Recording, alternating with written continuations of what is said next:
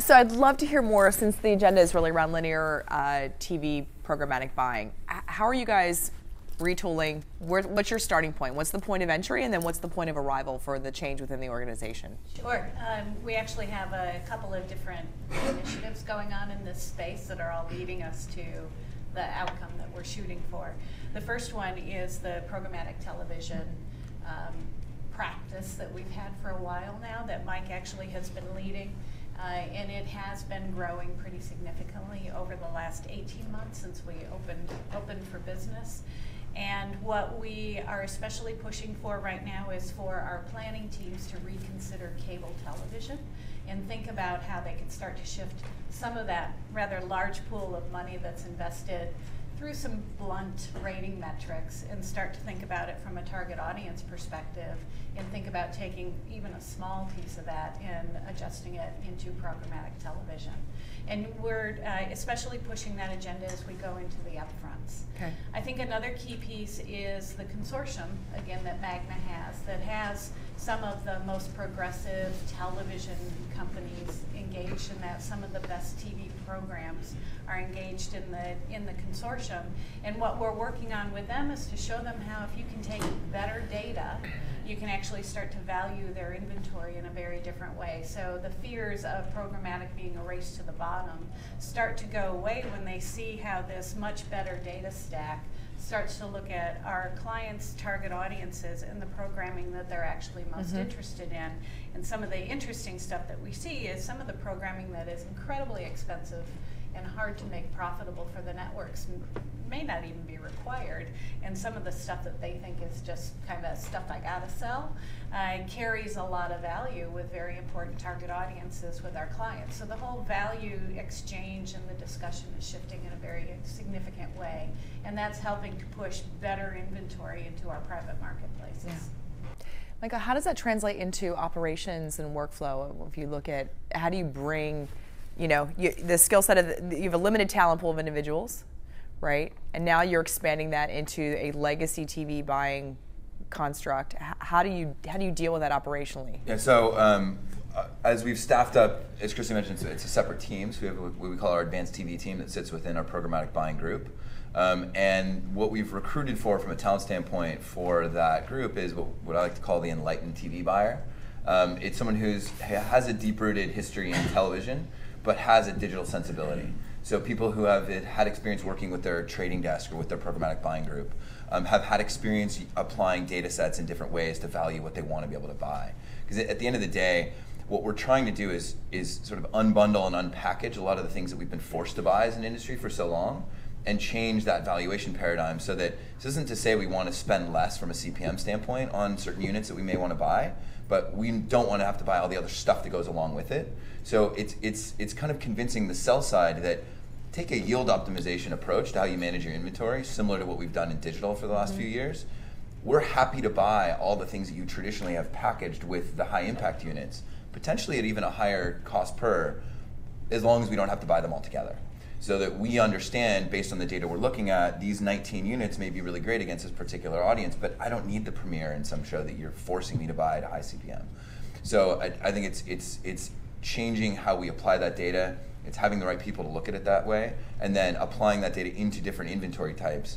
As Christy mentioned, looking at a private marketplace from like a national broadcasting standpoint, as well as some of our other partners in the consortium, as well as taking advantage of the unwired network model in local television, both from a cable and a local broadcast standpoint. I mean, Paul, it sounds like a lot of this is kind of moving the relationships up the food chain to more about value exchange rather than just kind of vendor, you know, procurer. I mean, yeah, I agree 100%. The television channel is more addressable than ever before. The data is moving more quickly than ever before, and the creative formats are more engaging. So when we sit down and when we have a conversation with an advertiser client and with you know, a media seller, who doesn't want to take advantage of all those things, right? And ultimately, the value exchange will determine you know, what price and what commitment levels those are that we want to use to achieve that ultimate advertiser's goal. But at the end of the day, everybody wants the same thing: better targeting, right, and more data-driven results, and more creative formats. And television is bringing us there. That's a win for the seller and for the buyer. Greg, how does linear television fit into the way you envision sort of the day-to-day workflow, and how are you going to bring it to a place where it sits at parity with video and display programmatic executions? Yeah, I think it's a great question. I think it begins, and it's one of the reasons I want to sort of dovetail down, it really begins with what's going on at Magna and at Cadreon through Magna. And the first issue, just to take a step back, which I think all three of you guys hit on, and we talked about this yesterday, which is really that redefinition of what is premium. So we talk about cable and the importance of some new cable formats and new types of inventory. It's incumbent upon us to decide and to be dictating back to some of the networks. This is the type of inventory. You might not have valued it the way we do, but our clients think this is the kind of inventory we need. So that's the first step, and I think the most critical change that's happening is really that redefinition of premium. And then secondarily, as we begin to operationalize and inculcate those ideas across the agency from a media brands level down to a UM level, we're really looking at less about what is video or what is television, linear television or digital, and we're trying to be as platform agnostic as we can be and just be content marketers. So the trick that we have, or the challenge that we have, I should say, is that we're educating our teams, much like Mike talked about, to be more diverse in their thinking. We're hiring people who are much more diverse, and we're asking them to think about outcomes and solutions and marketing from a really high level rather than specific media or a specific medium. So I think that's the change that we're seeing, and it's a really exciting time. I mean, when I came to I was considered, quotes, a diversity hire because I had a business and content background. But we're moving. It's funny, but we're moving towards a time where we're having marketing and content and creative people all at a media agency and business people, and what you're getting from this confluence of skills is really important and new changes. Tony talked about the fact that we're at a critical time right now. A critical time right now in terms of the media agency. I think it's the most exciting time because we're bringing in a pool of talent that's so unique, and it's actually driving the business forward in ways that couldn't have happened 5-10 years ago. So Toby, I'd love for you to bring it home. I mean, from an outsider's perspective, you sort of had this really interesting 30,000-foot view across the agency ecosystem and the buying ecosystem. What do you think is the starting point of actually embracing and successfully endeavoring upon linear TV buying in a programmatic way? Well, I would take a step back. I think that it's really about breaking down the sort of siloed approach around the way in which that media is planned within the agency and how it's executed on.